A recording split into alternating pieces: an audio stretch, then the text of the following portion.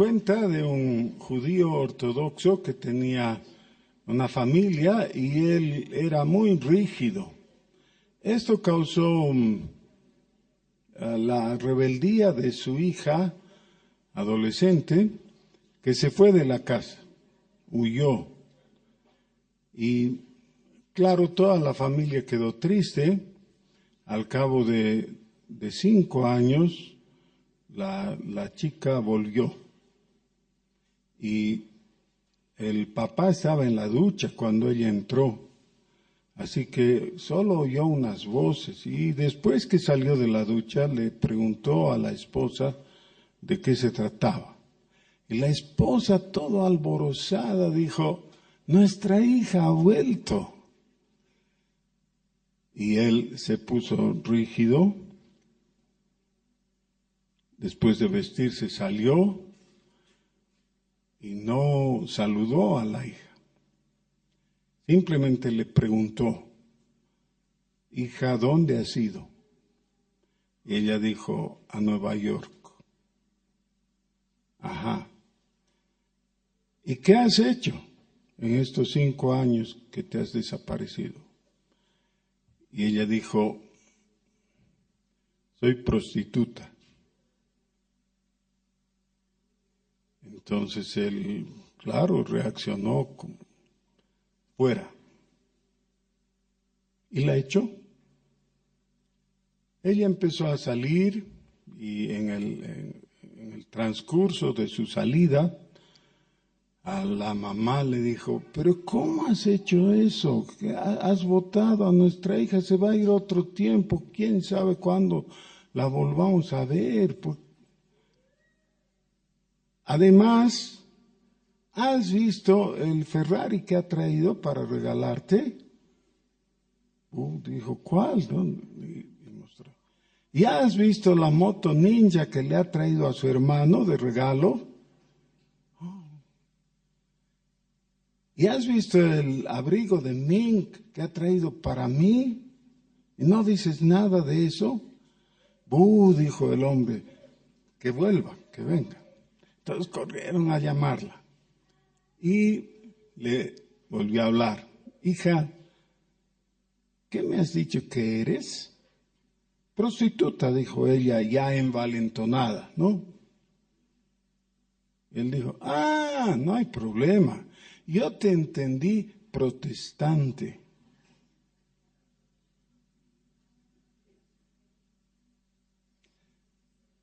Porque seguramente para algunas personas lo peor de todo es ser protestante. Y así ha sido por siglos en algunos lugares, ¿no? Ser protestante era sinónimo de ser un hereje. Pero si pudiéramos preguntarle a un protestante de la época de la Reforma, cuando era todo un orgullo ser protestante para ellos, ¿no? ¿Qué es lo que distingue principalmente a un protestante? Ahora, necesito contarles brevemente la historia de cómo se comenzó a usar este apelativo. Resulta que después de producida la Reforma, el emperador Carlos V convocó a los príncipes electores a una gran reunión. Esa gran reunión se llamaba la Dieta. No era nada de comer o no comer, era la Dieta de Worms, así se llamaba. Estaban los príncipes ahí y el emperador, enojado por lo que le decían, dijo: yo quiero que se definan. ¿Quiénes de ustedes se retractan de las herejías que están diciendo? Varios de esos príncipes electores eran seguidores de Martín Lutero. Entonces, varios de ellos dieron un paso adelante y dijeron que no se retractaban de las herejías de los luteranos, por así decirlo. Sus palabras exactas fueron: no nos retractamos, protestamos. Porque el sentido legal de la palabra protestar es confirmar o reafirmar algo que se ha dicho que tiene validez oficial.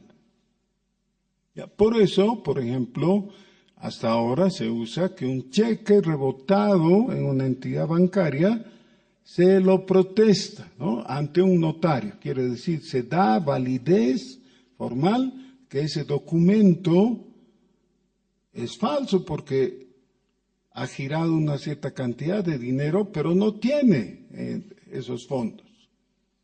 Ese es el significado de protestar. Cuando ellos dijeron protestamos, es decir, no nos retractamos, estaban diciendo, decimos que esta afirmación del Evangelio es la correcta. Nosotros confirmamos eso. Es decir, protestamos. Es muy digna o muy digno el uso de esa palabra en esa circunstancia. De ahí en adelante viene toda una tradición protestante que tiene que ver sobre todo con este acto que yo voy a permitirme hacer en este momento como un símbolo. Por 1 milenio y medio, la Iglesia había mantenido este libro así como está ahora, cerrado.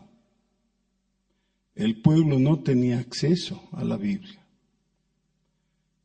Habían Biblias, no mucho, pero habían Biblias en las diferentes catedrales, en algunas capillas, en los conventos. Sí, habían Biblias. Y había algunas personas que formaban una élite que tenían acceso a esas Biblias. Pero el pueblo era absolutamente desconocedor de lo que la Biblia tuviera, a no ser por los comentarios de la gente que sí había leído un poco de ella. Ser protestante en los hechos ya significa esto: abrir la Biblia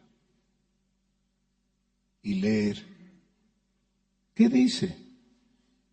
Y si alguien te preguntara, ¿qué estás haciendo?, tendrías que decir, estoy abriendo la Biblia. Porque la Biblia abierta y leída es la palabra de Dios. La palabra de Dios es algo muy importante para Dios. Para muchos hombres no lo es, pero para los verdaderos creyentes, claro que sí. La palabra de Dios es de suma importancia. Por esta razón, en la segunda epístola del apóstol Pablo a Timoteo, ese famoso versículo del capítulo 3, versículo 16, ¿no? ¿Recuerdan qué dice? Toda la escritura es inspirada y es útil. Muy bien, oancistas, lúzcanse más fuerte. Sí, la palabra de Dios, ¿ya?, la escritura, pero no la escritura cerrada y guardada, la escritura abierta que desde sus páginas y sus letras llega a tu mente y pasa a tu corazón, hace algo, produce algo. Por eso hay más de un salmo dedicado especialmente a la palabra de Dios. Pero el salmo de la palabra de Dios es el Salmo 119, que es el que estamos estudiando. Ahora, no se puede estudiar el Salmo 119 y no ser protestante, no prostituta, no. protestante, en el sentido histórico, original de la palabra. La palabra de Dios que está mencionada aquí tantas veces.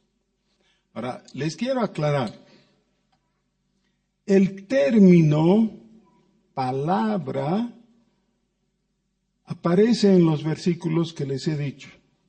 No en todos, porque en algunos aparece también, pero con otro significado, un poquito diferente, ya más amplio, de otra clase, porque está dirigido a algo específico.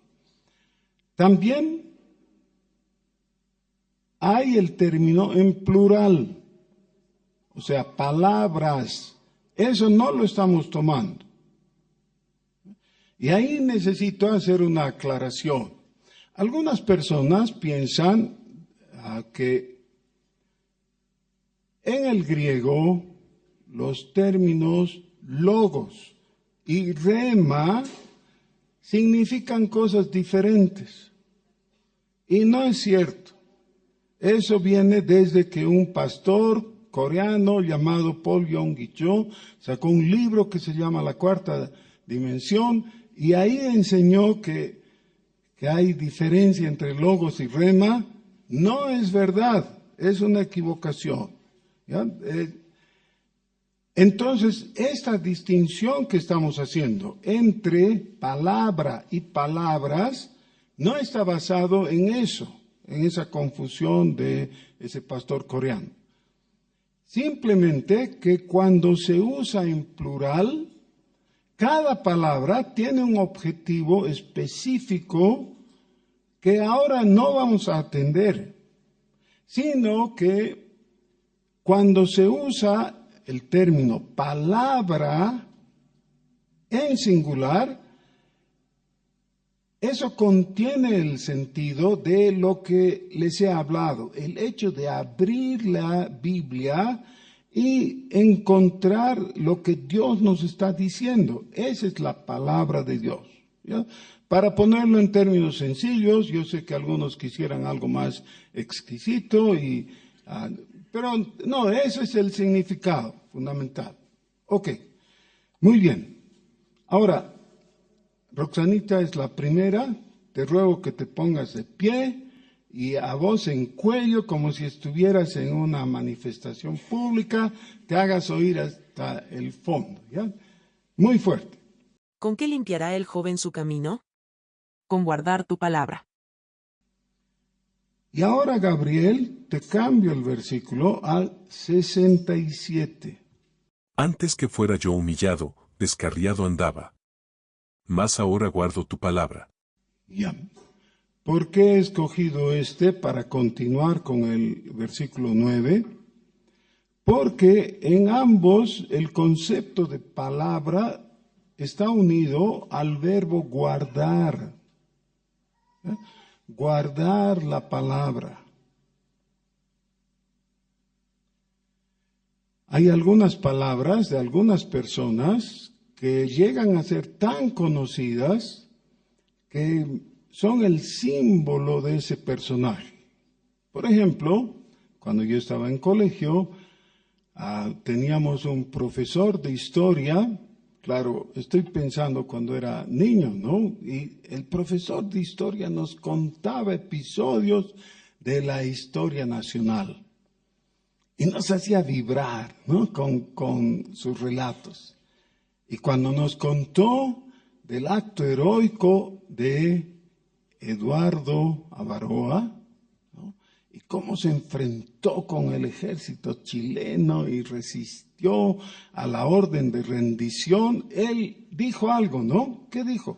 Su palabra, ¿ya? No me voy a rendir, ¿no? Pero ese hecho heroico es recordado hasta ahora y cada año se lo recuerda por lo menos una vez, ¿no? Por lo menos una vez al año. Ok. Si tuviéramos nosotros como beneficio para alguien más que decir, ¿cuál es la palabra de Dios? ¿qué diríamos? Ahora, conste que si alguien dice, no sé, es justo la evidencia de que no ha guardado su palabra. ¿Qué es lo que dice el versículo 9?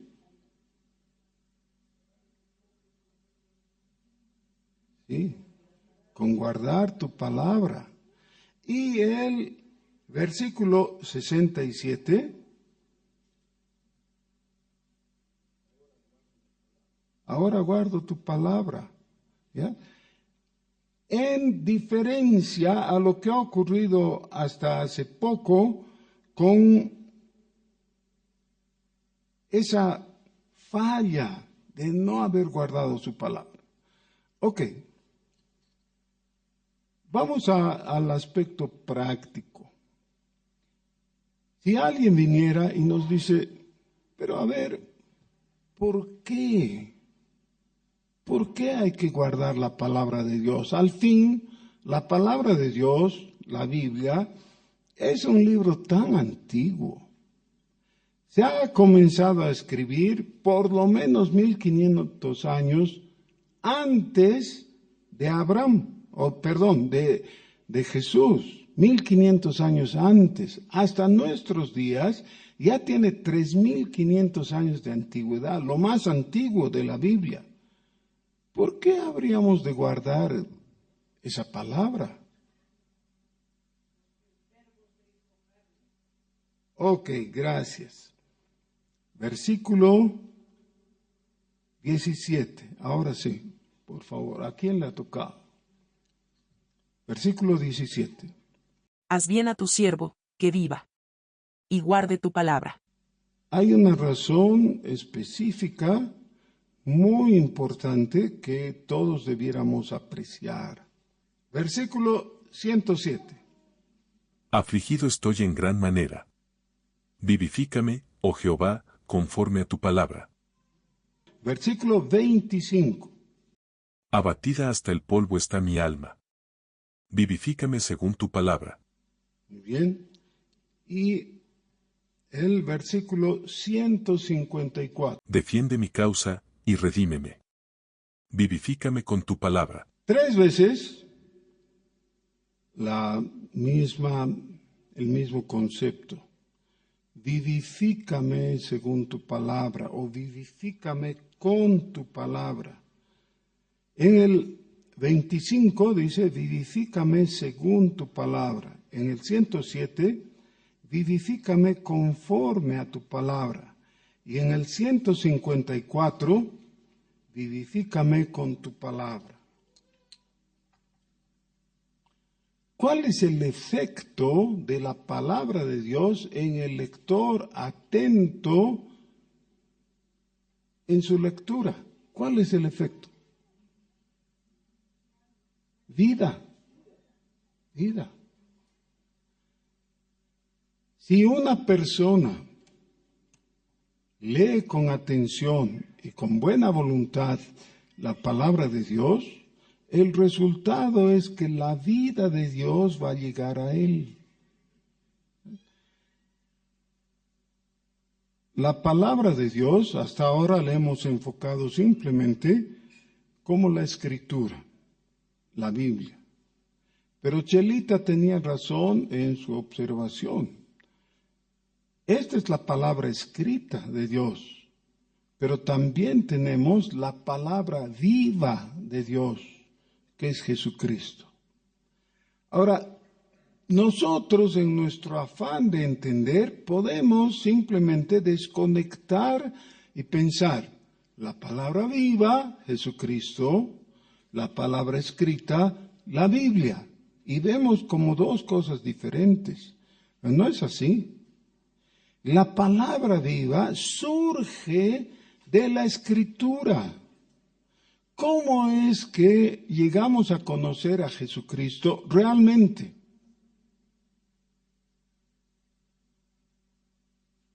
Por la Escritura. Llegamos a conocer a Jesucristo por la Escritura. Si alguien conoce a un Jesús, Cristo, que no es el de la Escritura, dice el apóstol Pablo en la segunda epístola a los Corintios, es otro Jesús, es otro evangelio. No es el que ha salido del corazón de Dios. El verdadero Jesús en el que creemos y el que nos da la salvación es el Jesús que nos enseña, nos muestra, nos señala, nos convence la palabra de Dios.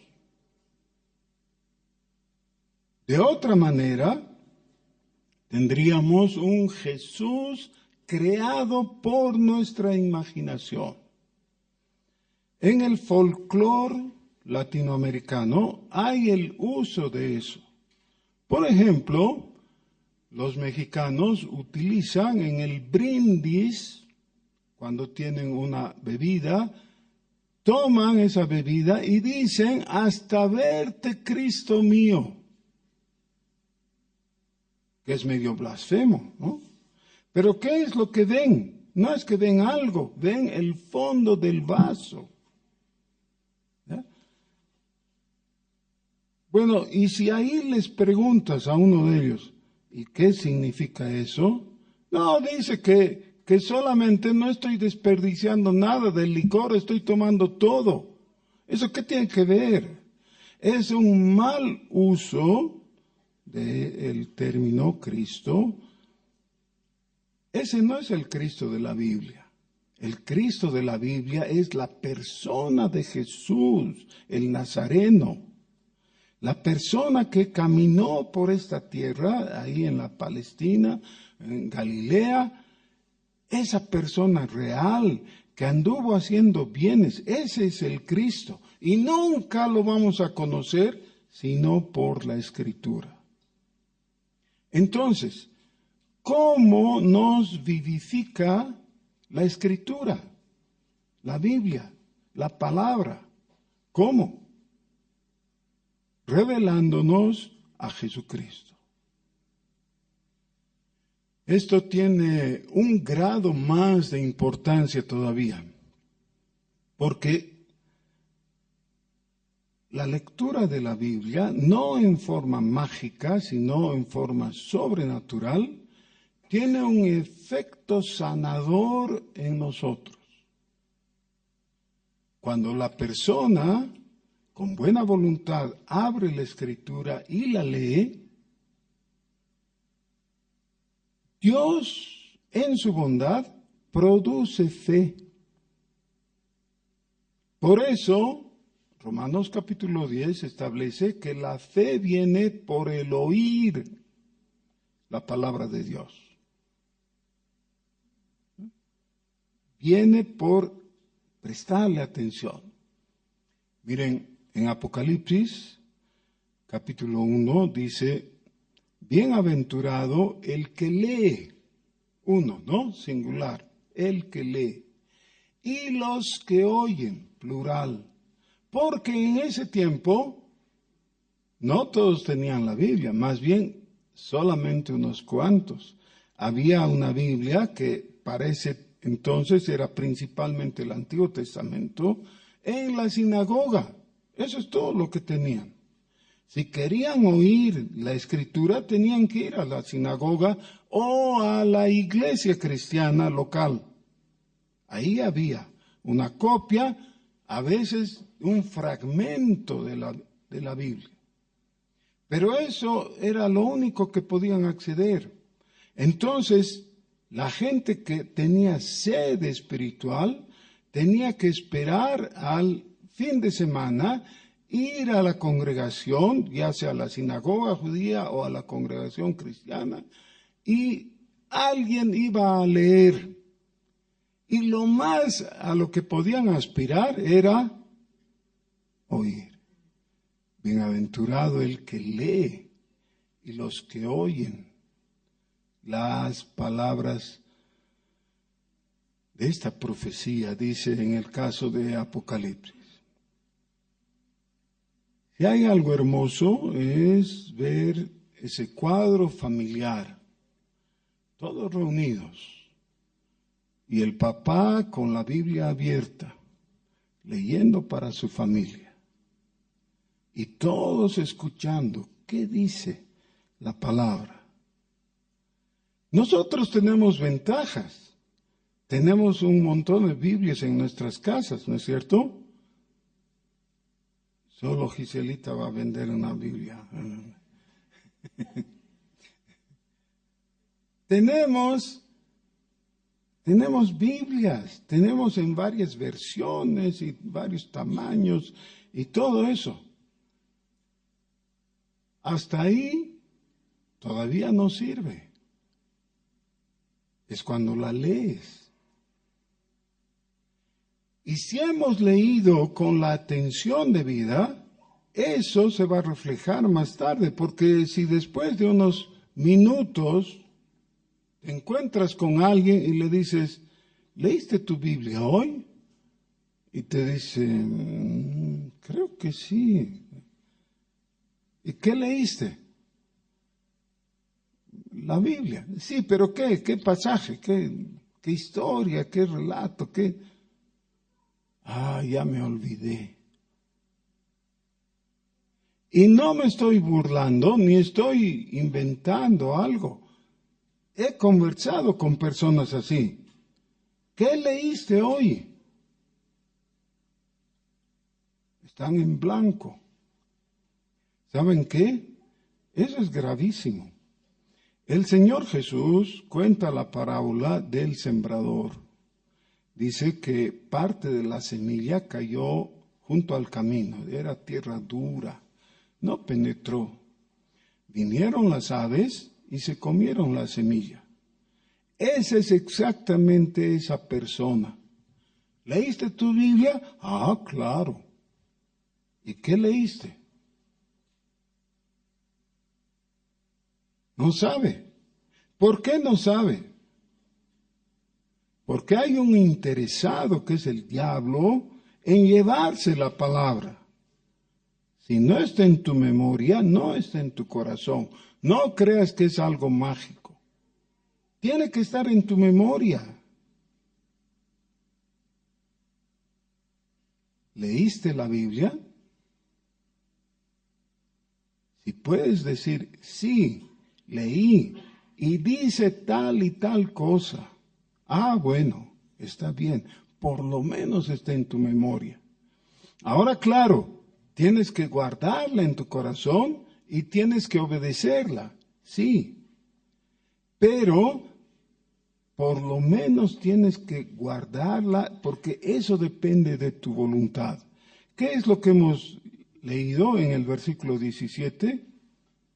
Con guardar tu palabra. ¿Cuál es el resultado? Vivifícame, vivifícame.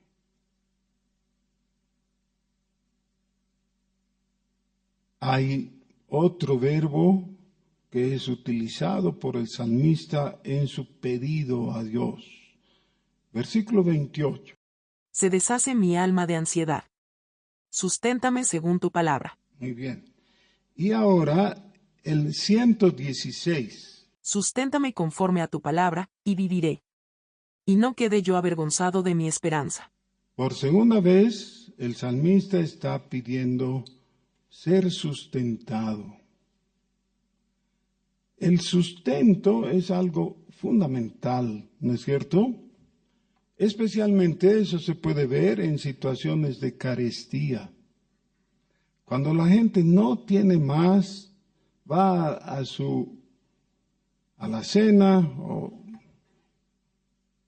el lugar donde guarda las cosas y está vacía y dice, ¿y ahora qué vamos a comer? Físicamente eso se soluciona con la torta que le trae el vecino, ¿no? Cuando de vez en cuando te sientes más seco que un corcho en el espíritu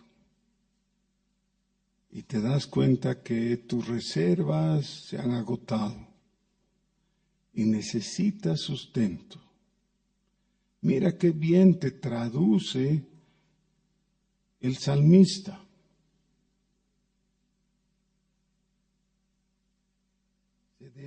Se deshace mi alma en ansiedad. Susténtame según tu palabra.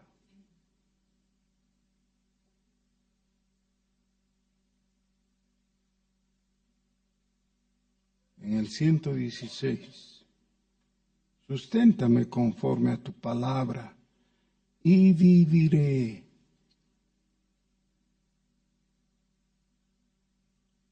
En una ocasión el Espíritu Santo llevó al Señor Jesús al desierto.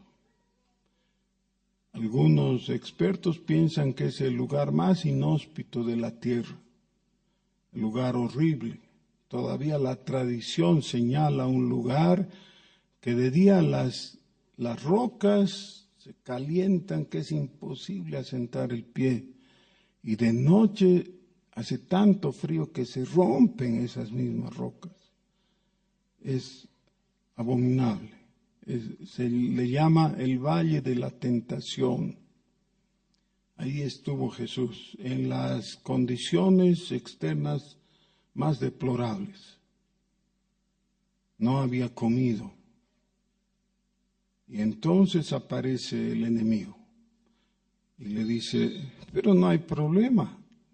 Solamente tienes que decirle a esta piedra que se convierte en pan.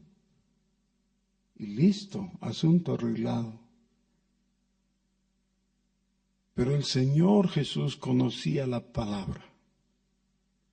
En su mente, revoloteando, estaba el último verso que había memorizado de Deuteronomio. Imagínense a alguien memorizar Deuteronomio, ¿ya? ¿Qué dice el texto que él recordó?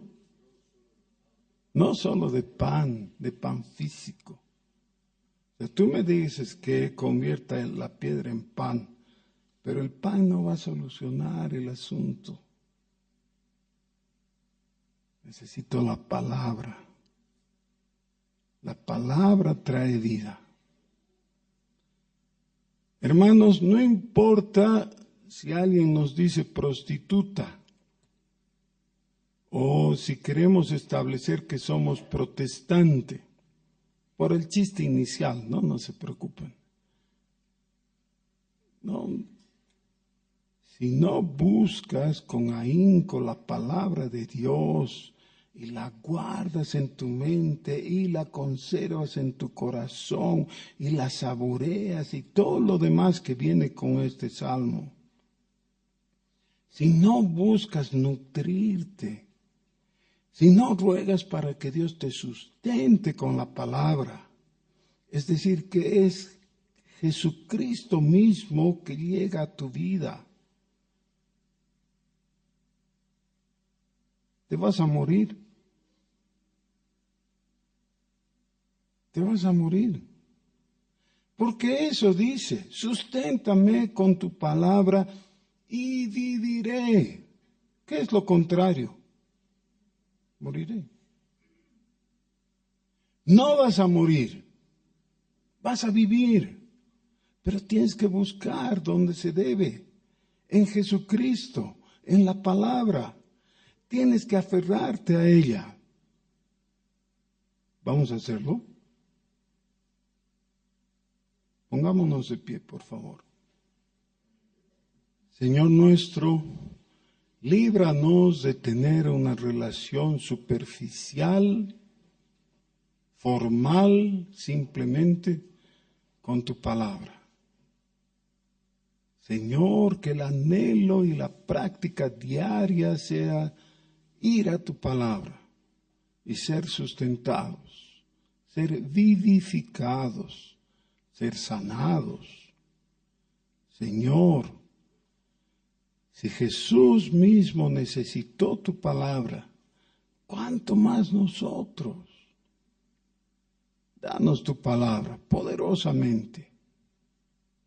Por Jesús te pedimos, oh Dios, en su santo nombre. Amén.